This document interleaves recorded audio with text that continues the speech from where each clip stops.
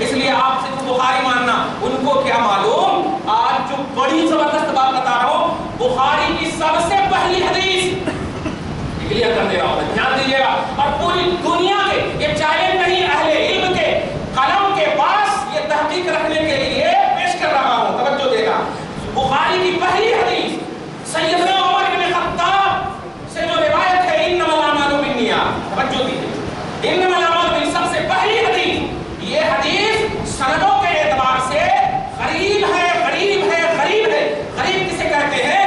جس سند میں صرف ایک راوی ہو، آج تک 1400 سال صدیاں گزر گئی ہے، مگر اس عمر ابن خطاب کی روایت میں کوئی دوسرے راوی شامل ہی نہیں ہے، ایک راوی موجود ہے۔ تو آپ صحیح بخاری میں صحیح حدیث اس کو کہتے ہیں، دھیان دیجیے گا، جن کے اندر اتنی کثرتیں روایتیں ہو، کثرتیں طرق ہو، کثرتیں سند ہو، جن کی سندوں میں کذب کا پہلو ہی نہ ہو، عدم عدل کا پہلو ہی نہ ہو، نکارت کا پہلو ہی نہ ہو، علت اور بیماری کا پہلو ہی نہ ہو، شقاء ہو، راویوں کی کثرت ہو، توجہ دیجیے گا، مگر بخاری کی پہلی حدیث غریب ہے، مگر پھر بھی ہم صحیح بخاری کہتے ہیں۔ کیا سمجھے آپ؟ غریب بخاری نہیں کہتے ہیں۔ تو صحیح بخاری میں 88 حدیثیں، دھیان دینا نوجوانوں، بزرگوں، 88 حدیثیں ایسی ہیں جو ضعیف حدیثیں ہیں۔ اب آپ بتائیے 7563 حدیثوں میں 88 حدیث بالکل روایتوں کے سندوں کے اعتبار سے ضعیف ہے،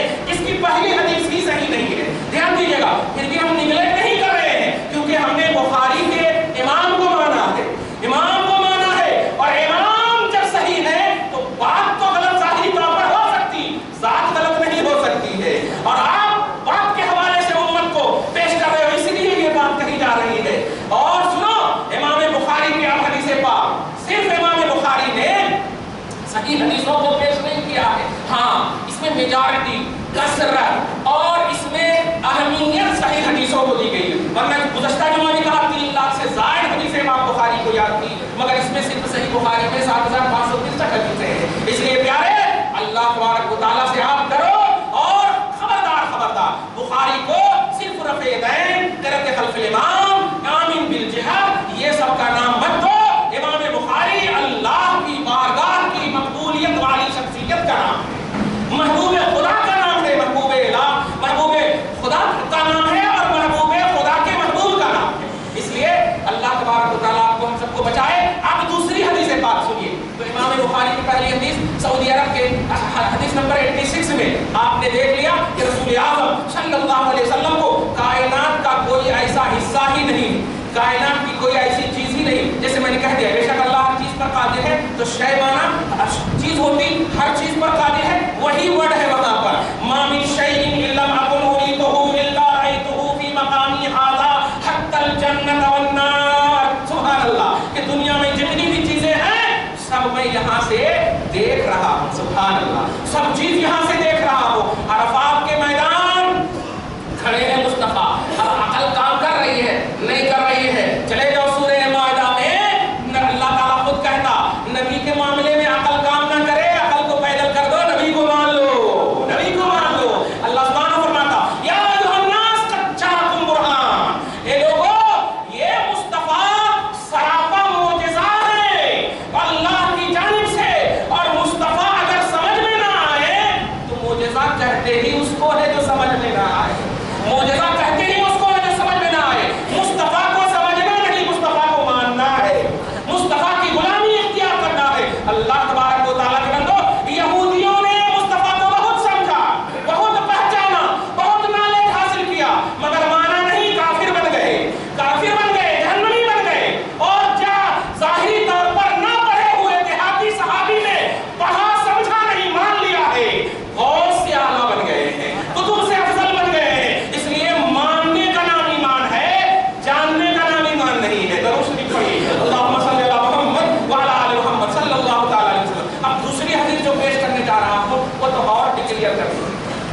اس کے بعد میں سوچا ہوں صحیح مسلم میں نہیں جانا، ورنہ پورے ٹائم اسی میں چلے جاتے تو بیچ میں آ جاتا، اب میرا نبی آ رہا ہے یہ آ رہا، تو کوشش کروں گا کہ کم سے کم اسلاف کے عقیدے جو ہیڈنگ آئیں گے، قرآن، بخاری، مسلم، ترمذی، ابن ماجہ، نسائی، ابو داؤد، یہ سب جو آئیں گے یہی سب سے بڑے اسلاف۔ اب اب اس کے بعد جو بھی ہے نا سب ان کے تطفل میں ہے، ان کے تطفل ان کے بعد والے ہیں، اور ان پر امت جتنا ناز کرے، اسلام جتنا ناز کرے، فخر کرے، الحمدللہ ثم الحمدللہ۔ توجہ دیجیے گا، آپ دوسری حدیث سنیے، حدیث نمبر 3192 3192 بخاری شریف کی یہ حدیث پاک ہے، حضرت سیدنا عمر بن خطاب سے روایت ہے، کتاب و بدل الخلق میں یہ حدیث پاک ہے۔ اب کتنی بات بتاؤں، اب حدیث کا لفظ سنیے، قام فینا، ہاں صحیح مسلم میں بھی ہے مگر ادھر نہیں جا رہا ہوں، پہلے بخاری شریف کی حدیث سنی۔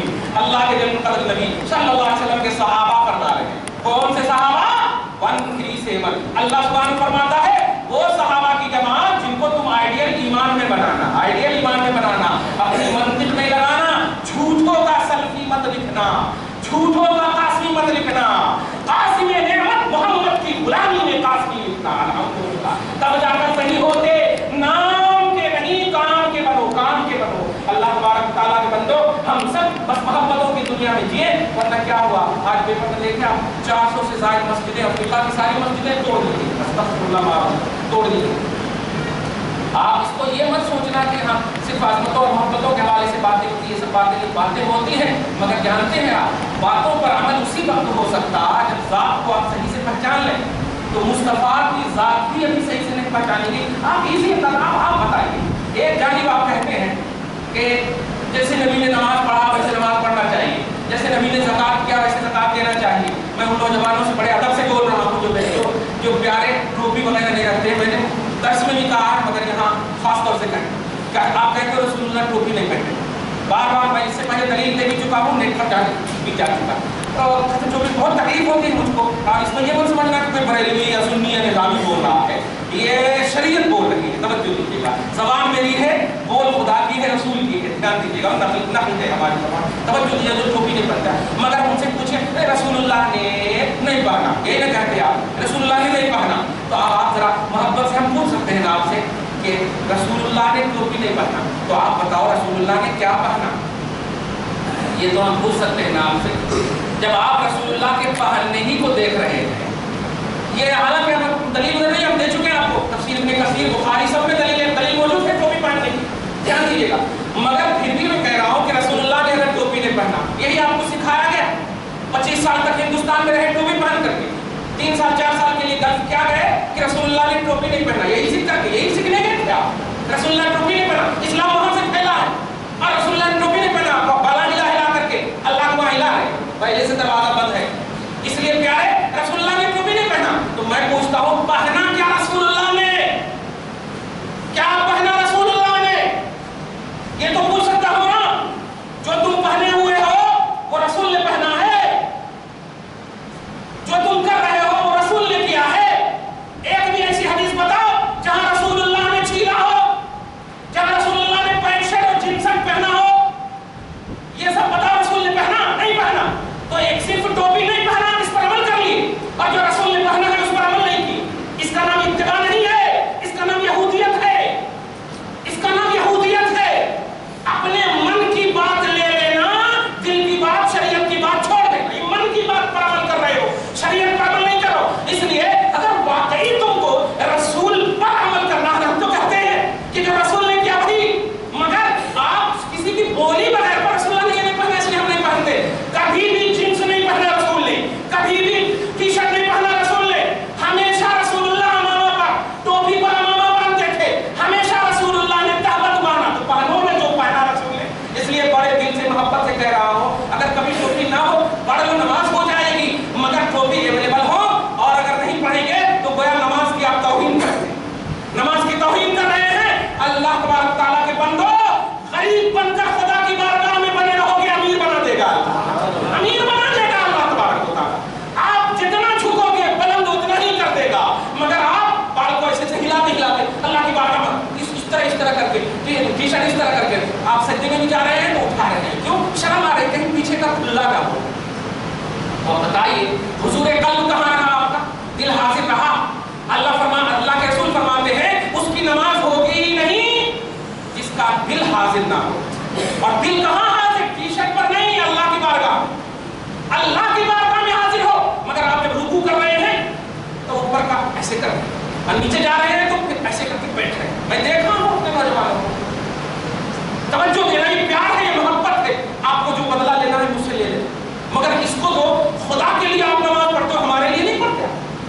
اللہ اس کے رسول کی باتوں پر آپ عمل کرتے ہو تو ایگزیکٹ ریئلٹی اسلام جو ہے، جو ریئل اسلام اس کو آپ فالو کرو نا یار. کیا یہ 2 سال 3 سال جا کر کے خیر ہم اس طرف دھیان رکھیں گے. اب آپ توجہ دو تو ذات مصطفیٰ صلی اللہ علیہ وسلم، ایمان باللہ اور ایمان بالرسول کیا دیجیے، ایمان بالقرآن یا ایمان بالحدیث صرف آپ کے لیے کافی نہیں. پہلے ہے ایمان باللہ یعنی ذات خدا اور ذات محمد، یہ سب سے اہم چیز ہے. اب حدیث پاک سنیے، حدیث نمبر ہے 3192 3192. سبحان اللہ، اللہ کے جن قدر نبی ہے صلی اللہ علیہ وسلم فرماتے قام فینا، صحابہ جو آپ کے آئیڈیل. اب اگر آپ سلفی لکھو گے تو سبحان اللہ واقعی سلفی ہو، ورنہ سلفی نہیں نا خلفی ہو. اللہ کے رسول فرماتے ہیں، اے صحابہ فرماتے ہیں جو بخاری نے نقل کیا ہے، دھیان دیجیے گا. قام فینا النبی صلی اللہ علیہ وسلم، ہم میں نبی کھڑے ہوئے. سبحان اللہ، ہم میں نبی کھڑے ہوئے. کون فرما رہے ہیں؟ صحابہ جو آپ کے ہمارے آئیڈیل ہیں. ہم میں نبی کھڑے ہوئے اور کھڑے ہونے کے بعد کیا کیے؟ دیکھیے توجہ دیجیے. فَأَخْبَرَنَا عَنْ بَدَئِ الْخَلْقِ، فَأَخْبَرَنَا تو آپ نے ہمیں خبر دے دی، عَنْ بَدَئِ الْخَلْقِ خلق کی ابتدا سے لے کر، سبحان خلق کی ابتدا یعنی جب سے مخلوق یعنی خالق کے بعد جس کا وجود ہوا ہے وہاں سے لے کر. آپ یہ سمجھ جائیں، خالق کے بعد جو خلق کی ابتدا ہوئی. دھیان دیجیے گا، اس میں معرفت، اس میں دیکھیے گا معرفت رسول بھی پوشیدہ ہے اگر آپ توجہ دے رہے ہیں ہماری طرف. تو خلق کی ابتدا سے لے کر آگے آگے فرماتے ہیں حتی دخل اہل الجنت منازلہم واہل النار منازلہم. خلق کی ابتدا سے لے کر یہاں تک کی خبر دی مصطفیٰ نے کہ جنتی اپنی جنت میں داخل ہو گئے اور جہنمی اپنے جہنم میں داخل ہو گئے. یہ صحابہ کا عقیدہ ہے.